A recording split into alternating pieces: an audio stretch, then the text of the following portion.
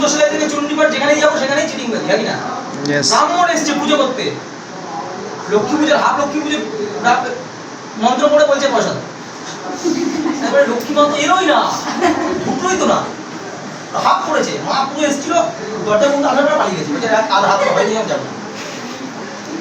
পুরো লক্ষ্মী পাশে একটা ছেলে ছিল যে ওর বাবা ব্রাহ্মণ, বলছে আপনি বললেন তুই বেশি বুঝিস, পুজো করি আমার বাবা করে, ব্রাহ্মণ আমাদের এত সময় নেই, এত এইটুকু করা হবে, পুজো দিন এইটুকু করবো।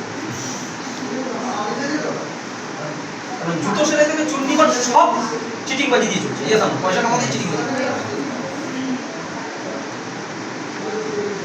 সেই সমাজে কেউ যদি মানুষের ভালো করে সৎভাবে 2 টাকা রোজগার করে, তার চেয়ে মহান জীবিকায় কেউ। আমি আসছি এই প্রসঙ্গে যে আমরা কি করছি।